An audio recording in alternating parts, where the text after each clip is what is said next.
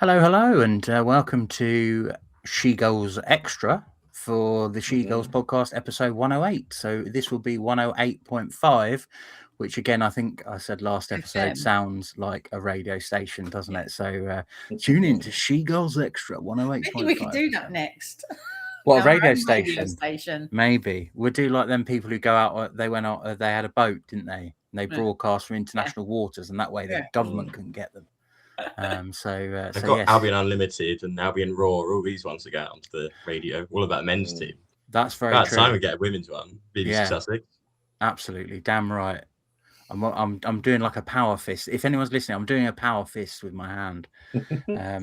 So yes, I am here as always, your host Duncan, and I am joined as always by fellow Albion fans Ben. Hello Ben. Hello Duncan.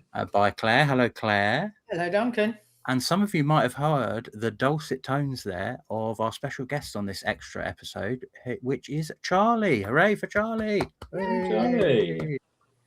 For your podcast debut. I can only apologise it's on the extra show, but we've all got to start somewhere, haven't we? Yep. Yes, only took 108.5 episodes to get me on. Episodes, yeah, it's important to get that part in. So basically, as you may have heard if you've listened to the previous podcast, which you should, of course, go and do before you listen to this one, we are talking to Charlie because he actually went out to Barcelona to watch the friendly in the Johan Cruyff Arena, I think it is. Stade Johan Cruyff. Yeah, that sounds the right. Cruyff Arena is the one in Amsterdam. Oh, is that right? That's probably why. Yeah, I'm getting confused. Yeah. He got He got about that Johan Cruyff, didn't he? Yeah, he did. Goodness me.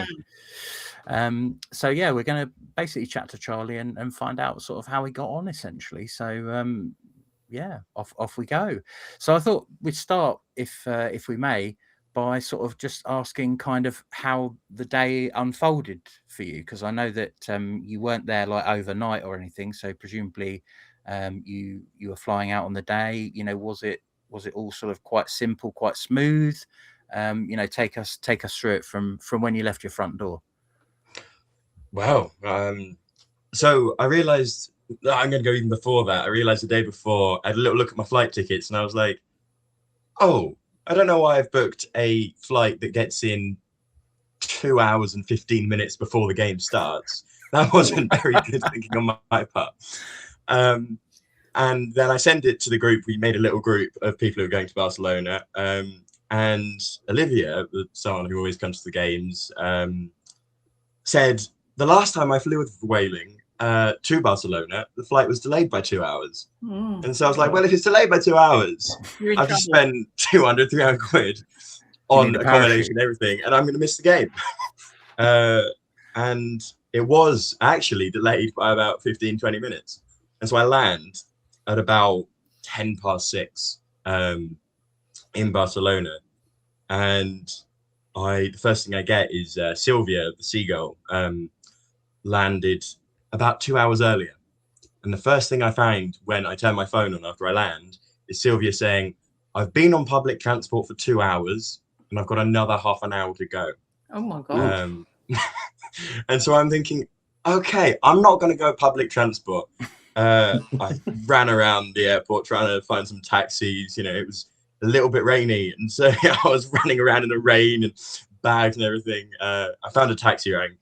I was like, I don't care what it costs, just get me to a Stade Johan Cruyff.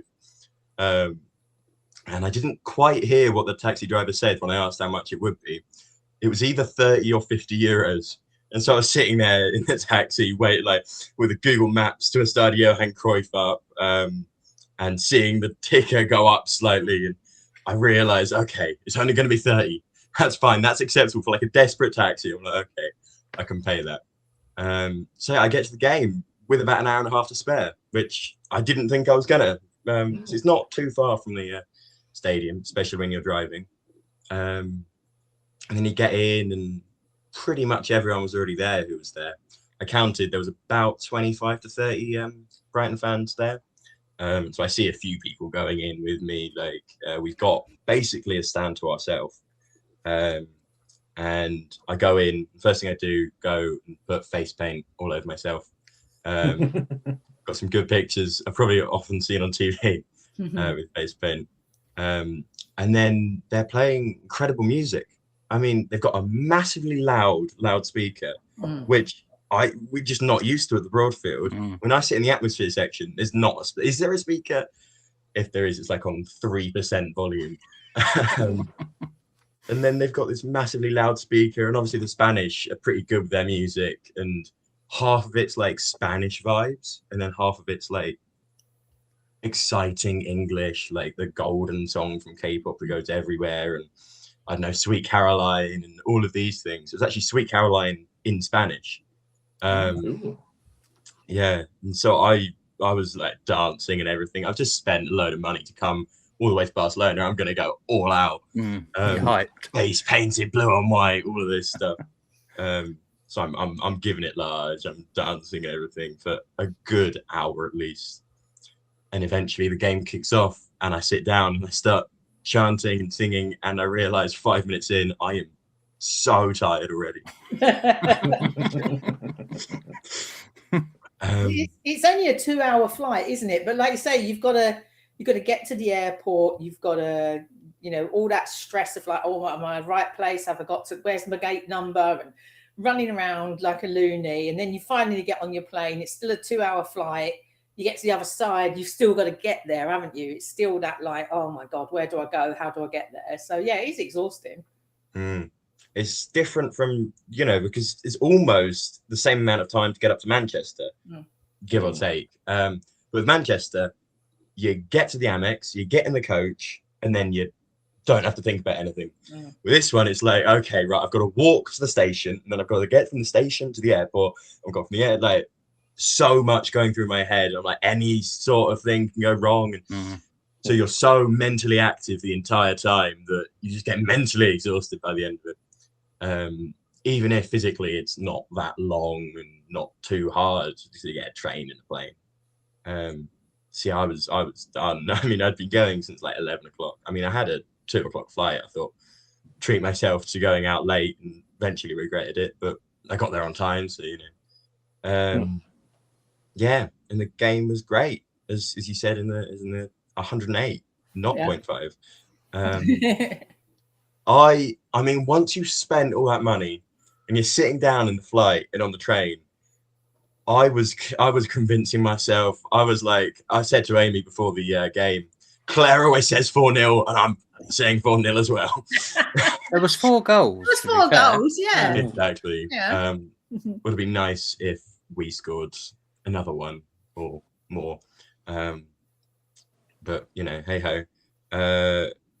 I was astounded when we scored, to be fair, because when they scored after 6 minutes, I was like, okay, well, maybe I was a little bit optimistic. And standing there with Amy when they were having all of these people get put up on the big screen, that's another thing they had compared to the Broadfield. Moving screens, replays, the lineups, the goal scorers, everything. Yeah, so they were announcing the lineup for Barcelona, and I was just standing there with Amy, and I was like, "Oh, it's just Katakoi, one of the best goalkeepers in the world. Oh, it's just this person, one of the best players. Oh, it's just Claudia Pina. Oh, it's just Esme Brooks." We were both we are playing the best team in the world. Yeah. I mean, as we were saying, they won the Champions League 4-0, and if we look at the Champions Cup, their opposition will be Club America and Corinthians. So, like, can we really say either of those are the best teams in the world? I think Barcelona absolutely don't have any opposition, really. I mean, and they're basically the Spanish international squad as well, aren't they? So, they're World Cup winners, and yeah. And I mean, how many of the Brazil team actually play in Brazil? How many of them? Well, actually, I guess Mexico's not really a powerhouse, so like looking at it from that way as well. Yeah, and it was great to see our girls go up against some of the best players in the world, because I think our players have the potential to become that. Manuela Venegas, I thought, was absolutely on par with the Barcelona team. For me, she was the player of the match, for us at least. She was right in front of us for the second half, and could just see the way that she was controlling the game with the Yeah. like the Barcelona players. Like nobody was getting past her. If it came close, she'd either put it out for a corner or do something with it. It was not getting past her. I think she is in contention to be best left back in the league, possibly up there for the best left back in the world. You see her play for Colombia against, Linda Caicedo, Lacey Santos. You imagine they're going to run the show. And she's taking penalties. She's the best player. It's ridiculous how good Manuela Venegas is. I totally agree. I think she is definitely one of my favourite players in the squad. Well, I think as I said in the main pod, I think the fact that she was playing against Eva Payor, who basically has scored a goal a game since she's been at Barcelona, and she didn't have a single shot, let alone score. So she just didn't get a look in, because Manu had not quite in her pocket, but she basically controlled her the whole game and didn't let her get a look in. So yeah, I mean, some of the best forwards in the world, and probably Payor's probably the best striker in the world, and she's not getting a look in. So yeah. So at the actual match itself, did you guys have much interaction with any of the Barcelona fans? Were they sort of surprised to see Brighton fans there, or did you get a sense of that? I mean, obviously, as WSL fans, we all travel away, and we're always very close to the opposition. We sometimes push. At Liverpool, we push basically to sit next to the opposition, because they try to shove us all the way down. But we had our own sanctioned off area, all the Brighton fans, and our own food stall and everything. And it was nice because there's no queues for any of the food. I was going to say, you're only elbowing 2 people out of the way instead of 200. Elbow Sam out the way, I'm first. Very true. So it was, and obviously all the Spanish peoples, all the Barcelona people speak Catalan, and so we can't really speak too much. But we look at each other. I think I was probably the one who was dancing the most and all this, and so there were a few people looking at me and dancing back, and a bit of interaction from distance. And then when I was leaving, a few people smiled and nodded, but they I think basically for a while I was thinking nobody's saying safe travels home or any of this stuff that you often get at Liverpool or Everton. And then I thought, well, they speak Catalan, they probably don't speak English. They probably look at me and they're like, you clearly don't speak any Catalan or any Spanish. I don't know any English, so I must admit, through watching the game, though, I did learn that the Catalan for corners is corners. And actually, interestingly, that's not what it is in Spanish. So it's actually something quite different in Spanish. So I was like, oh, okay. I see. Yeah, you're on our wavelength. You're just jazzing it up a little bit for your own language. So there we go. What would you say? What was the atmosphere like in general? I mean, I know you were a bit, obviously, like you say, you're kind of at a little bit of a distance. But was there much sort of going on from the Barcelona point of view? Were they chanting and singing, or was it kind of, I guess, more like over here where when it's a friendly and stuff, it's people are more just sort of taking in the game? What were the opposition fans sort of, how into it were they? I'm not sure if I've seen a home stadium with better fans, to be honest. They were loud and jumping and really good. I mean, there was the ultra end, like the north stand at the Amex or the atmosphere section at the Broadfield, and they had drums and they were singing the entire time. Really good. I don't know if that was maybe because we were singing the entire time. And I think sometimes if the away fans are loud and the home fans like, oh damn, we need to raise our game. We're not having that. Yeah. Exactly. But obviously I'm infamously the person who always takes cheese grater to every game. And I got into the ground and they said, you can't have anything metal, which was very annoying because I traveled with my cheese grater all the way to Barcelona, carried it around the entire second day, the entire day that day. Didn't get to use it once. And so we were sitting there clapping and chanting as much as we could, but 25 people against I mean, I think you could 3,000 with a definitely, drum. you were picked up on the microphones for the TV. Mm. We could definitely hear the Brighton kind of thing being sung. So yeah, I think you did us proud as best you could in the circumstances of being, like you say, a small group of people. But I think, you know, the last sort of couple of seasons, we've had plenty of practice of that, being the away fans of like a group of 20 of us going up somewhere and just making a lot of noise. And we are, I think other teams know we're coming to bring the noise, and we will. So yeah, well done. I think Barcelona haven't got the memo yet. They haven't got the memo. They didn't think anyone was turning up. Well, it's tiny team from the South Coast, so they even have fans. Yeah. Yeah, exactly. Were there many people? I mean, you know, like say we're sort of a little band of I say little band. We're ever increasing our away attendance. Yeah, and obviously, you know, when the away attendance then requires traveling to another country, it does go down slightly. But were there sort of it was talk maybe there would be some people from like SheGulls over Spain, obviously, you know, primarily fans of the men's team, I would assume. But were there a few sort of new faces that you hadn't seen before? I could probably launch into a little bit of a story, like a side story. Yeah, go for it. SheGulls over Spain. That's what we do on Extra. Exactly. No rules. You know, SheGulls after dark. But first of all, the like dropping down in attendance. Olivia, who I'm ashamed to say I wasn't there for the 3-0 thrashing that we suffered to Manchester United 2 seasons ago. But she was at Barcelona and at that game, and she said, "There's more people here than there were at that Manchester United game." I'm sure Claire, when you did all the games in the season, like the 1-0 away to Manchester City, I think there were 6 people there. If that, yeah. I mean, I think there was a few people that were obviously family members, but I mean, they don't really count because they're there for different reasons than us, you know. But yeah, I just, the only people I remember seeing was Amy and Sam. Yeah, and I talked to somebody called Tim, but that's not our Tim. It's not Tim from. It was a different Tim. But other than that, yeah, definitely. I know that the big fan who goes to most games, Jack Albion, was at that game. I remember that.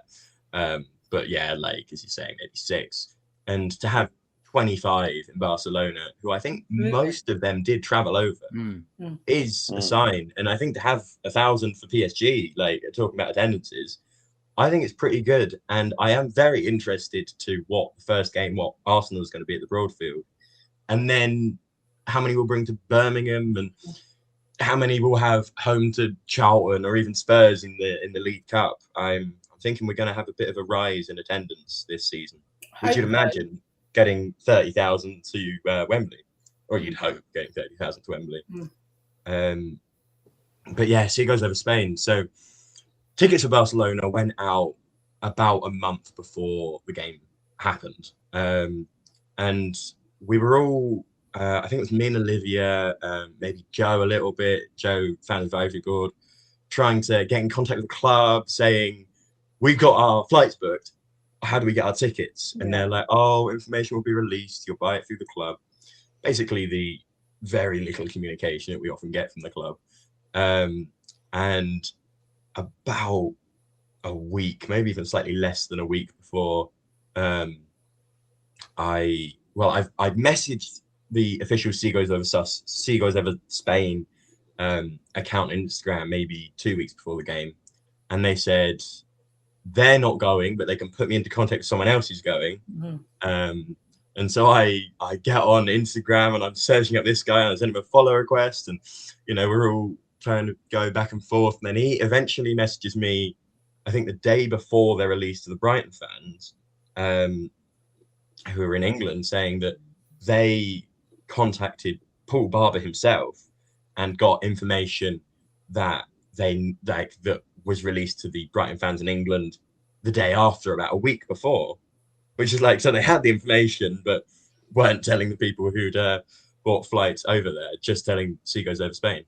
Anyway, we added him to the Barcelona WhatsApp group that we've got of all the Brighton regular away fans who were going over there, and they eventually released. They said you need to get a ticket in a corner, any corner, because you couldn't select a specific seat on the Barcelona website, and so you had to buy either like west stand, north stand, or corner, or south of, and so we bought corner, and they said, right, then send your ticket information to us so we know that you've bought a ticket, and the club themselves will put all the Brighton fans who send the information into the section. Yeah. And so maybe a day before the game, the Barcelona website said, you will get your ticket between 24 and 3 hours before the game starts. Which, for us, is like, we usually get tickets to games, I mean, possibly a month, possibly a week before, never 3 hours. Luckily, most of us get them the day before, and we're all like, we're sitting here, where are you sitting? Eventually realized that we are sitting very close to each other. We didn't realize we got our entire own, not stand, but section until we got to the game. But yeah, I think the guy that I was in contact with, Jake, he bought, I think, a wife and 2 kids. I didn't see any other people from SheGulls of Spain. There were a few people who I think recognized me. I'm fairly recognizable, especially with face paint all over me, who are like, oh, how did you land? And I didn't quite recognize. But I think there are a few who come to the away games that aren't truly like, haven't got into the WhatsApp group, etc. So I haven't been able to, find the name out of. So we knew quite a few people there. There were Joe, Amy, Sam, all the girls, Olivia, Daisy, and maybe 5 people from SheGulls of Spain, and then some other people who are regulars, but maybe not, that we know as well. But like you say, that's a really good, really good turnout, and like you say, especially with the tickets only going kind of officially on sale a week before. It feels like it was almost another one of these things where they were like, wait, people want to go and watch them in Barcelona. A bit like, we've had for the last couple of years campaigning to watch pre-season games. Wait, what? People want to watch pre-season games? And it's like, yes, we do.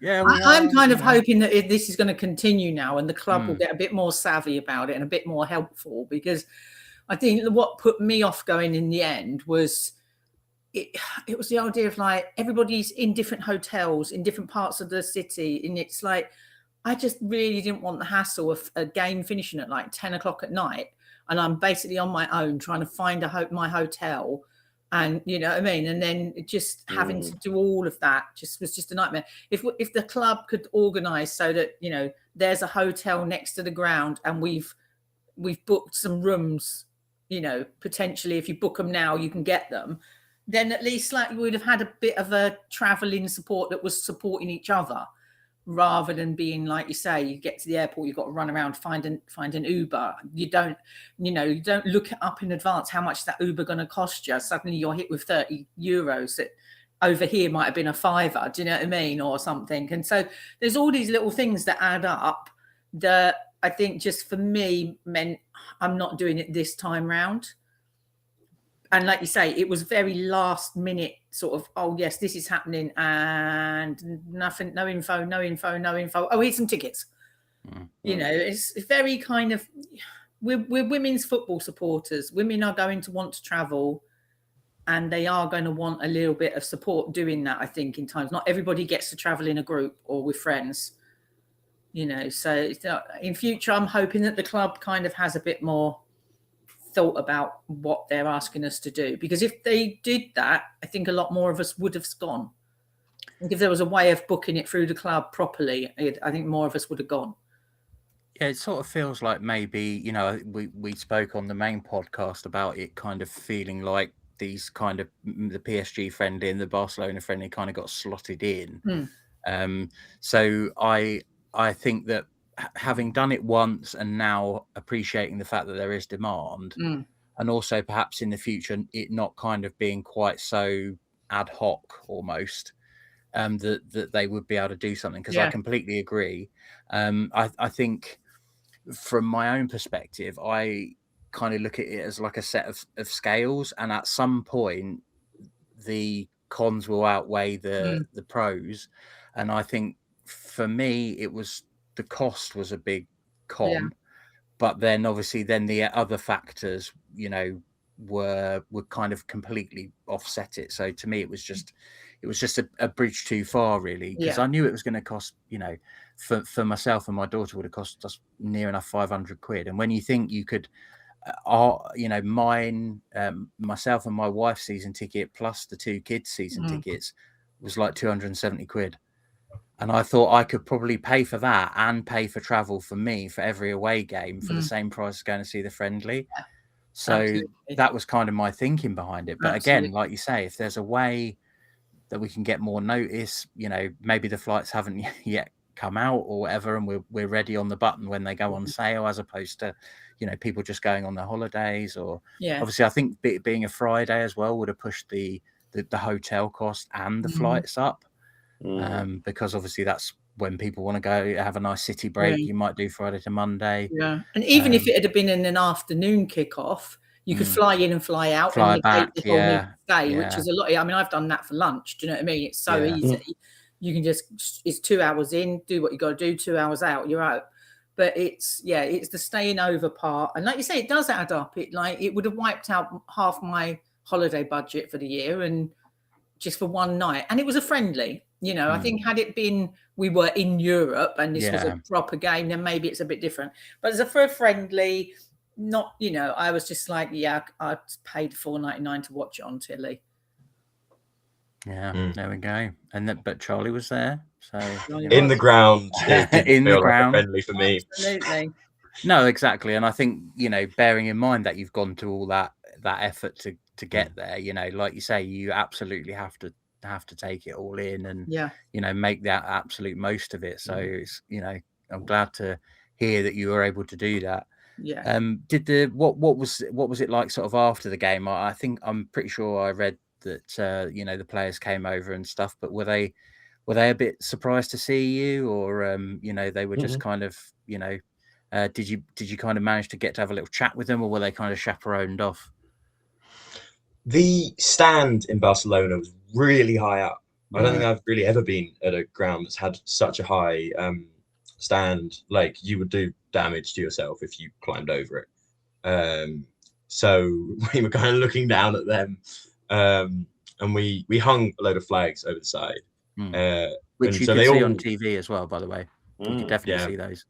Good. I bought 3. I didn't bring a bag, so I had my pockets filled with mostly football stuff, but also, maybe a spare pair of pants. Gotta have the spare pair of pants. Exactly. Your spare pair of pants and your bottle of deodorant, you're all good to go. That's how I see it. Exactly. And your fish scraper. I did take the cheese scraper. That was by far the biggest thing I took. Took up an entire pocket. I got 4. It took up one of them. I bought 2 water bottles, which I was pretty impressed with. Probably not enough for Barcelona, seeing as you couldn't bring anything metal in. I did have to get a Fanta in the game that I kept filling up with water from the toilet. So they all came over at the end of the game.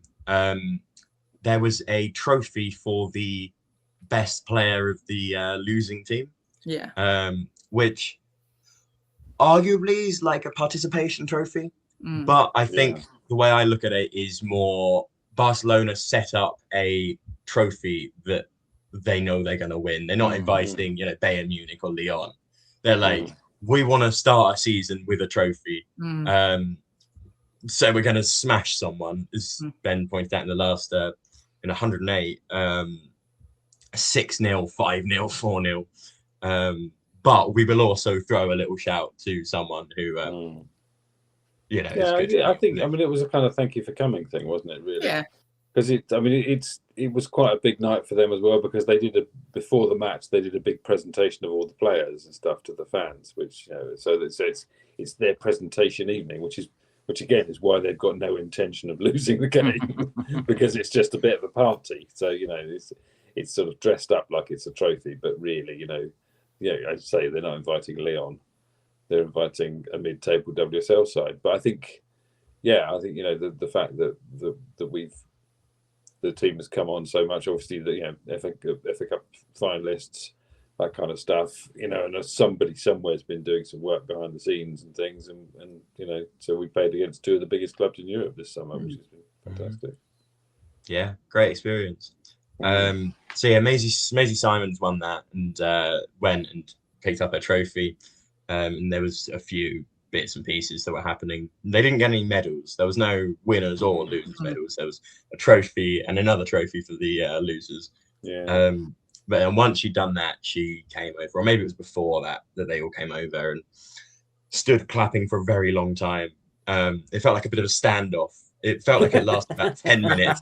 We were there standing, clapping, and I was like, so who's going to finish first then?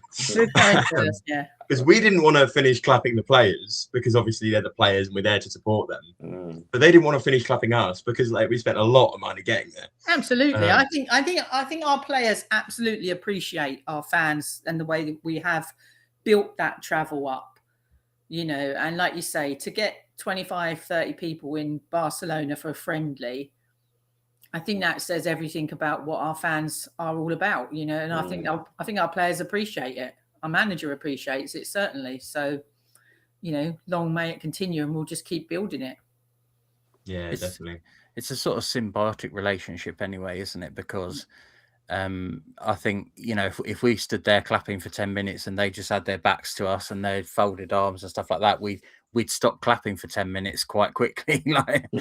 So I think it's one of those things where it's like, we know they appreciate us being there. And they show that by kind of coming over and clapping, and we show them that we appreciate the effort that they've put out on the pitch every time, win, lose or draw, by clapping them. So like you say, it is kind of like a Mexican standoff where you don't really know who to, And nobody wants to be the first person to stop clapping. No. If you're the first person, it's like the first person to arrive at a party. You can't be that person. Yeah. There'd be a lot of tutting going on. Stop clapping. You stop clapping over there. It's a bit Stalin, isn't it? You'd never be seen again. Yeah. He can't hang up. They can't be a real fan. Let's stop clapping. Stop clapping At 9 minutes and 30 seconds. No, it's not good enough. Not good enough. 9:55. No, but I think it was brilliant. I think it's brilliant to see so many people just, join in this mad ride that we've all started a couple of seasons ago, to just be like, each season, like you say, we get on those coaches and there's a few more. And each time you get to the game, there's a few more because they've driven up or they've come from somewhere else, So, I think it's fabulous. I love it. Away games are my favourite. Absolutely. I can only speak for myself, but I did get into going to the away games because of you guys in the podcast. I think mostly Claire, actually. I remember Leicester 0-0 in the rain. Claire came and was like, I'm sitting next to you. And I'm like, oh, great. I watched the podcast, by the way. And they're like, oh, yeah, get to the away games. I'm like, yeah, absolutely. And then it's addictive. It's really addictive. It is because it's fun. Do you know what I mean? I think it's like, I think when we started doing it as well, we wasn't the greatest team. We wasn't really expecting to win much, but it was a nice way of just meeting new people. And, if you ask someone, I spend a lot of my time by myself, I'm working alone, I live alone, so at the weekends to be able to just go and get on a coach and sit with a bunch of people that I would never have met in any other circumstance, really. Do you know what I mean? Because some of them you wish you hadn't. I'm here. I'm right here, Duncan. Not you, Duncan. But no, do you know what I mean? You've got these people that, you've all come from different walks of life and different backgrounds and different age groups, different cultures and everything. It's all a mismatch on that bus. And somehow we all just get on and have a laugh and, we all have our little arguments throughout the season and little bits and pieces, but we're there for the same reason. And that is to support the team and to just have a bit of fun. And I love it. I absolutely love it. Roll on Birmingham. We're a very welcoming bunch as well. So if anyone hasn't come to the away games and what you missed, then what are you doing? Absolutely. And we've got, I would say, we've got quite a few away games in London this season. So if you're kind of thinking, Everton's a long way or Man City's a long way, even if you just thought, well, I'll go to Charlton or something, which is probably one of the closest, or Chelsea, somewhere like that. It's a very short coach journey. So if you wanted to, if you just want to kind of dip your toe in the water and see what it would be like, then I can't recommend those games more highly. And then before you know it, you're like, yeah, sign me up, 5 You're hours, addicted. where are we going? You're addicted. Yeah. My first 3 were Luton, Palace, and Arsenal. And then my next was Liverpool. Yeah, they go. You got to do the big uns. You got to do them. They're an I experience. did every game last season, every game, all competitions. Yeah. And I'm thinking, I'm going to university, so might not be able to, but I'm like, every game, I'm like, how am I getting to Telford this season on a Wednesday that I might have a lecture? I'm like, can I sneak out slightly early, get on the train? It's only 4 hours from Wembley. I think I approximately know where you're going to university, so I would suggest you put it down as work. Absolutely, I will. It's research as a case study. Yeah, yes, yeah. Everything's absolutely. research. Absolutely. Yeah. There we go. Yeah. Doing sports journalism, this is great. Just make sure you ask a couple of questions of a player. Come back and just put that on your something that you're writing at uni, and you've done it. You're researched. Yeah, Dario always comes around. I do often ask him questions. Like, be like, what do you think about this player's performance? Yeah, exactly. And that's the way you got to do it. Make your contacts early. That's the thing. Definitely. So there we go. And then you might end up with your own podcast where Dario volunteers to come on of his own volition. Yeah. Who knows? That's the dream. That's the dream. There we go. Well, I want to say thank you very much, Charlie, for coming on, for being so erudite and articulate with your views and your opinions. And, it's fantastic to hear that you had such a good time, and obviously a ringing endorsement, excuse me, for away travel. And, even if that away travel includes a plane and a train. So there we go. But no cheese graters unless you can get a wooden version. So that maybe can. I did Man City 2-1 last season. Wooden cheese grater. Can't rate him high enough. There we go. So if the moral of the story of this is, if anything, is get a wooden cheese grater, because some places don't. Cheese grater. Just anything, basically. Anything that makes noise and you can get it, sneak it in, get it. That is my motto for travelling away.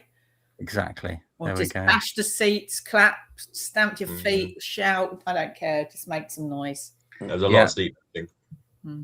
Bring the noise it doesn't specify what sort of noise. Bring in the noise. That's all we're doing. Yeah, exactly. And a lot of water so your vocals can get hydrated properly. Hydrated. Absolutely. Take precautions. Yeah. Although you can get that at the ground, so you don't have to worry about sneaking that in. But that's true. Yeah. So there we go. Let's get those drums going. Well, yes. So thank you very much to our special guest, Charlie. Thank you for furnishing us with that information, and hopefully all the listeners will appreciate a sort of inside view into traveling out to Barcelona and supporting the team. So thank you very much for that. I of course also have to say thank you very much to my usual co-hosts and cohorts. So a massive thank you to you, Ben. Well, thank you, Duncan. An enormous thank you to you, Claire. Thanking you, Duncan. A gigantic thank you to you, Charlie, for coming on as a guest. Thank you very much. It took 108.5 episodes. And here's to 108.5 more. Yes. And I shall say this has been the SheGulls podcast. Good night, everyone. Good night.